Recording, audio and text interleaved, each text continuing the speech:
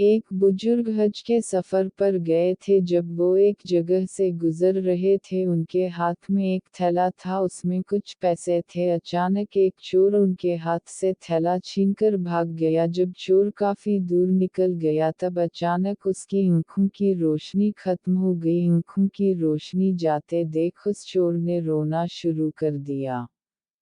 जब लोगों ने चोर से पूछा भाई क्या हुआ तो वो कहने लगा, मैंने एक आदमी का थैला छीना है, वह कोई बड़ा अल्लाह का करीबी बंदा लगता है। मेरी आंखों की रोशनी चली गई, खुदा के लिए मुझे उसके पास पहुंचा दो ताकि मैं उससे माफी मांग सकूं। जब लोगों ने पूछा कि यह किस्सा कहाँ पेश आया तो कहने लगा फलन नाई की दुकान के करीब पेश आया। लोग उसको उस दुकान पर ले गए और नाई से पूछा कि इस तरह का कोई आदमी यहाँ से गुजरा है, आप उसे जानते हो? उसने कहा मुझे उसका घर तो पता नहीं है, मगर नमाज के लिए वह आते जाते रहते हैं, अगली नमाज के लिए फिर आएंगे। ये लोग इंतजार में बैठ गए। वह बुजुर्ग अपने वक्त पर तशरीफ लाए। लोग उस चोर को उनके पास ले गए तो उस चोर ने जाकर उनके हाथ पांव पकड़ लिए कि मुझसे गलती हो गई, गुनाह हो गया, नादिम हूँ, शर्मिंदा हूँ, मेरी आंखों की रोशनी छिन गई, आप अपने पैसे वापस ले लीजिए और मुझे माफ़ कर दीजिए ताकि अल्लाह ताला मेरी आंखें ठीक कर दे।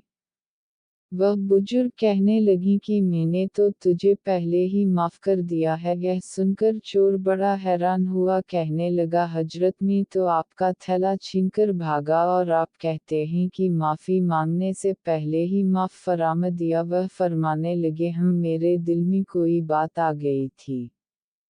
फरमाने लगे मैंने एक हदीस पढ़ी जिसमें नबी अकरम ने फरमाया कि क़यामत के दिन जब मेरी उम्मत का हिसाब पेश किया जाएगा तो मैं उस वक्त तक माइज़ाना के करीब रहूंगा जब तक मेरे आखिरी उम्मती का फैसला नहीं हो जाता।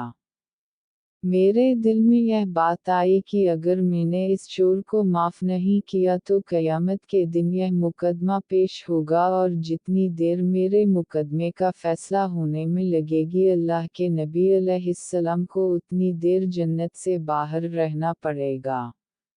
इसलिए मैंने माफ़ कर दिया कि न तो मुकदमा पेश होगा न ही मेरे महबूब को जन्नत में जाने में देर लगेगी।